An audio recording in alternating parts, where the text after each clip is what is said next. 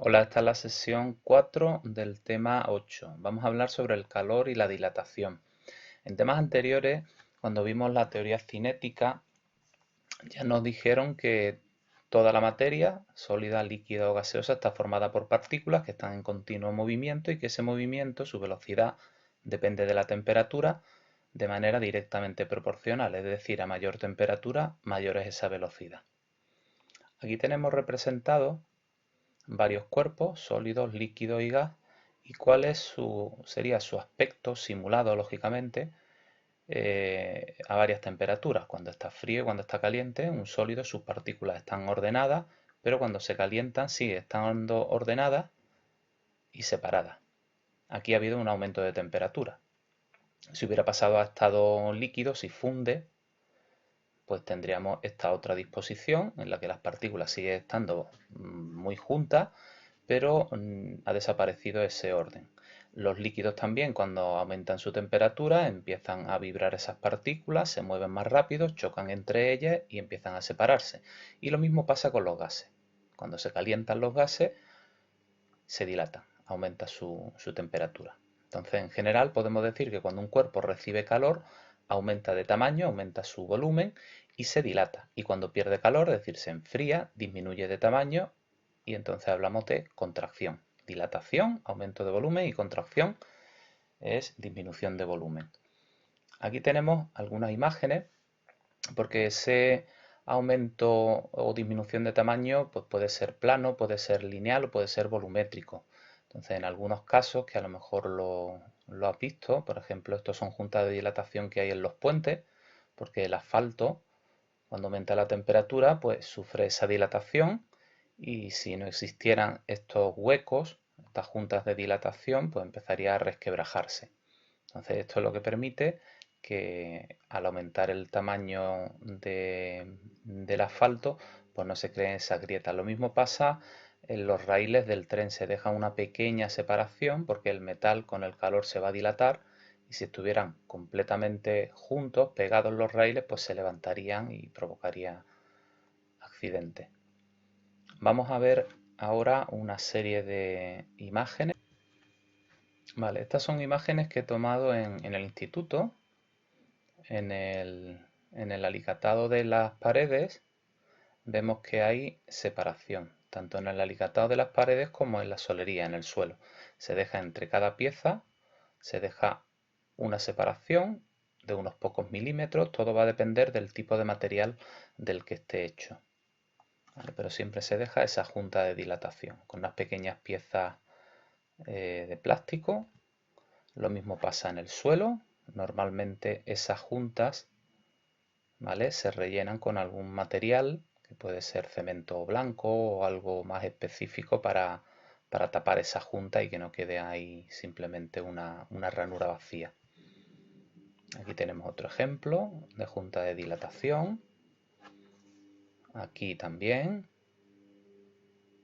aparte del alicatado y la solería, pues esta junta, que es junta de dilatación ya de la estructura del edificio, que recorre todo el pasillo, incluido el techo.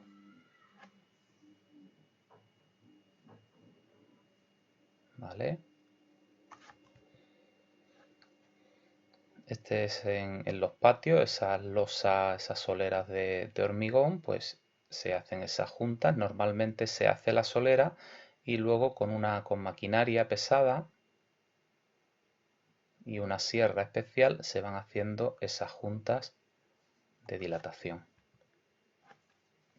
Aquí tenemos otra situación. Aquí tenemos una junta de dilatación, lo vemos que es perfectamente recta y limpia. Esto no, estos son fracturas que se producen por la dilatación y la contracción y el movimiento del terreno. La estructura pues está sostenida, está soportada por el suelo. El suelo al fin y al cabo es tierra. Esa tierra se puede, por efecto de las lluvias, por ejemplo, se puede ir desmoronando y pierde sustentación y se puede hundir. Aquí tenemos más juntas de dilatación de la estructura del edificio. Aquí vemos otra. y aquí tenemos fracturas debidas a la dilatación y la contracción. Estos normalmente no afectan a la seguridad, a la integridad estructural del edificio, sino que debajo hay ladrillo y encima se ha puesto una capa de enlucido, de embellecimiento, y entonces ese material es el que se va resquebrajando, pero esto no significa que la estructura interior esté resquebrajada. Aquí tenemos unos bloques de hormigón. Fijaros como las juntas de dilatación son mucho mayores. Estos pueden tener hasta 2 centímetros o incluso más. Eso es debido a que los bloques de hormigón tienen un coeficiente de dilatación mucho mayor que los alicatados, solería o que el hormigón. Eso significa que con un mismo aumento de temperatura van a aumentar mucho más el volumen. Entonces hay que dejarle más espacio para crecer. Algunas veces por hundimiento del terreno o porque no se ha dejado suficiente anchura en la junta de dilatación pueden ocurrir pues pequeños desastres como esto.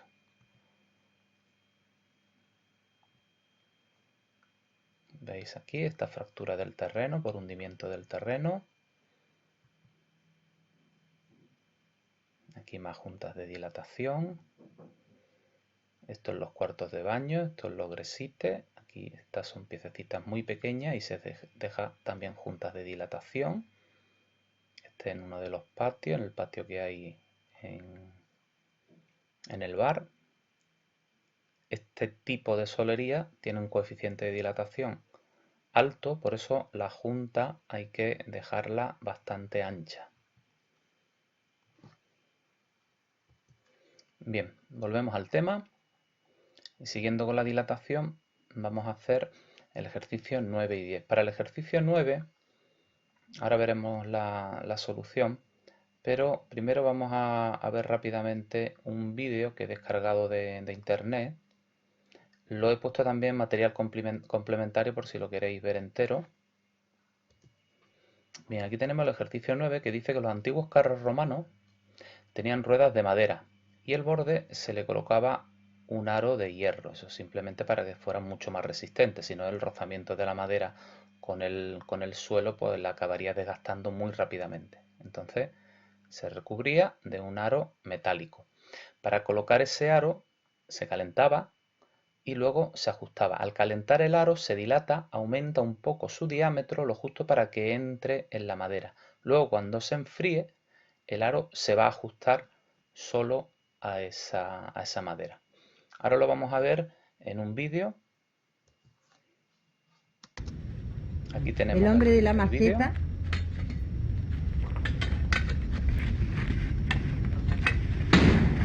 Mira las costillas cómo están. ¿Veis? Ahí tiene el aro, lo han tenido al rojo vivo, luego se habrá dilatado, habrá aumentado un poco su tamaño. Dale vos. Y ahora la maceta lo van a colocar alrededor de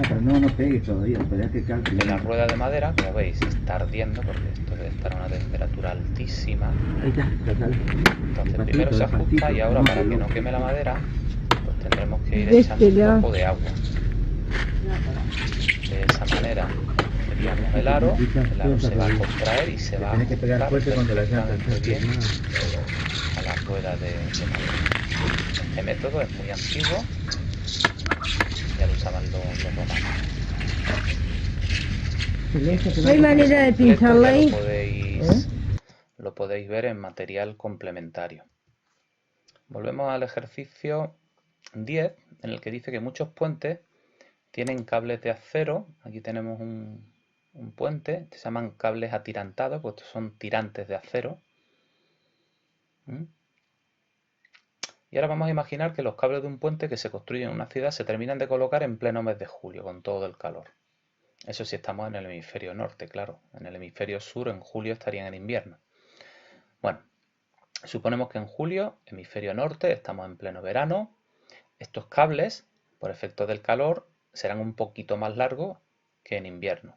Si los ponemos ajustados en verano, ¿sería adecuado? La respuesta es, si se dejan perfectamente tirantes los cables en julio, cuando descienda la temperatura en otoño e invierno, el metal que forma los cables se contrae y los cables se van a cortar. Estos cables van a tirar de la estructura hacia arriba. Y entonces eso va a hacer va a hacer que el puente pues, no sea estable, incluso pues, que haya problemas de estabilidad. Volvemos de nuevo al libro y ahora vamos a ver la relación que hay entre la dilatación, la contracción y la densidad. Y un caso extraño que es el del agua. Lo primero que debemos recordar, que ya sabemos, es que la variación que experimenta el volumen de un cuerpo cuando cambia su temperatura o su estado físico tiene consecuencias en su densidad. ¿Por qué? Bueno, aquí hay una serie de preguntas, como qué le ocurre a la densidad de un sólido cuando se calienta y cuando se enfría, o qué le ocurre a la densidad de un cuerpo cuando se funde, cuando pasa de sólido a líquido o cuando solidifica, cuando pasa de líquido a sólido, o qué le ocurre a la densidad de un líquido cuando se calienta o cuando se enfría. En este cuadro lo he intentado resumir.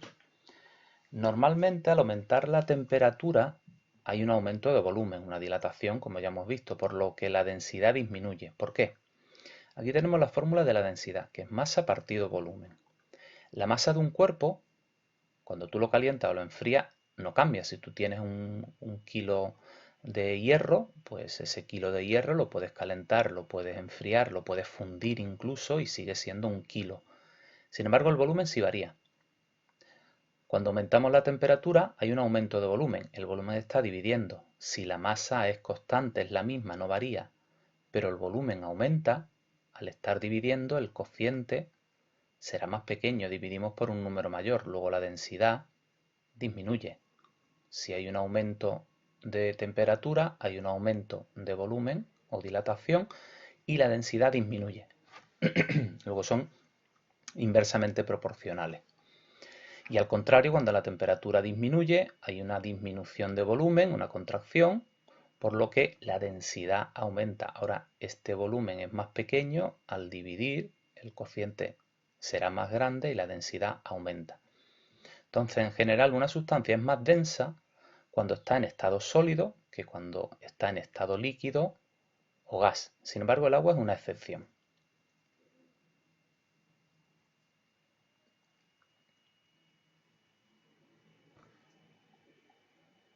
Fijaros en esta imagen. Tenemos agua a 20 grados, medimos el volumen, 100 mililitros. Cuando la calentamos a 90, medimos el volumen y son 104 mililitros. Esto lógicamente lo tendremos que hacer no en un vaso normal de casa, sino en un recipiente que esté graduado, que tenga aquí unas marcas de volumen, que podamos medir el volumen. Cuando está a 4 grados, si yo lo bajo hasta 0 grados, hay también un aumento de volumen. La primera parte es lógica, si aumenta la temperatura, las moléculas de agua se mueven más rápido, chocan entre ellas, se separan y necesitan mayor espacio, mayor volumen. Pero aquí está la anomalía, y es que el agua a partir de 4 grados, cuando la vamos enfriando, su volumen en vez de disminuir, lo que hace es aumentar. Esto es lo que se llama dilatación anómala del agua. Anómalo significa que no es lo normal. Lo normal es lo que habíamos explicado aquí arriba. Sin embargo, el agua es la excepción. Completamos esta frase diciendo que entre los 90 y los 4 grados la densidad del agua aumenta al descender la temperatura, se comporta de manera normal. Pero por debajo de 4 grados la densidad del agua a 4 grados es mayor que la densidad del hielo a 0 grados. Aquí es donde está la anomalía. El agua se comporta de manera anómala por debajo de 4 grados. El hielo tiene menos densidad que el agua líquida, cuando lo normal es todo lo contrario, el sólido es más denso que el líquido. Y es por ese motivo que el hielo flota en el agua. Consecuencias de esa dilatación, los icebergs, en general el hielo, flota en el mar. Fijaros, flota prácticamente nada. Aquí dice que aproximadamente la octava parte o la novena parte es lo que queda por encima del agua. Cuando baja mucho la temperatura, se congela el agua superficial de mares, ríos o lagos, el hielo impide que se congele el agua que está debajo, donde viven peces y plantas. Se forma una capa de hielo, pero debajo sigue habiendo agua líquida que permite la vida acuática. Y este hielo actúa también como aislante térmico, impide que la temperatura de fuera llegue a congelar el agua del interior. También puede llegar a romper alguna roca. Esto se le llama criofracción o gelifracción. El agua en sitios donde hiela se cuela entre las grietas y cuando se congela, como hay un aumento de volumen, actúa como una cuña, empujando las paredes hacia afuera y va agrietando lentamente la roca. Ahora vamos a pasar al ejercicio 50 que está al final del tema. Aquí lo tenemos. Después de freír echamos el aceite sobrante aún caliente en un recipiente como el de la figura. Esto no se debe hacer. Debemos dejar el aceite caliente en la sartén o en el recipiente donde lo hayamos utilizado.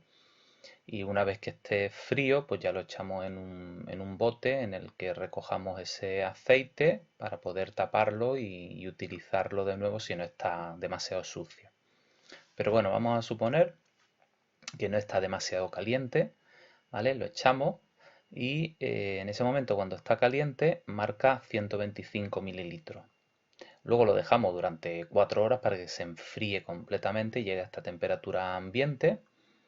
Y la pregunta es, ¿cuál de estas tres sería la correcta? Cuando se enfríe por completo, seguirá marcando 125, marcará más de 125 o menos de 125. Va a marcar menos de 125 porque con el tiempo el aceite se va enfriando y por tanto se va contrayendo.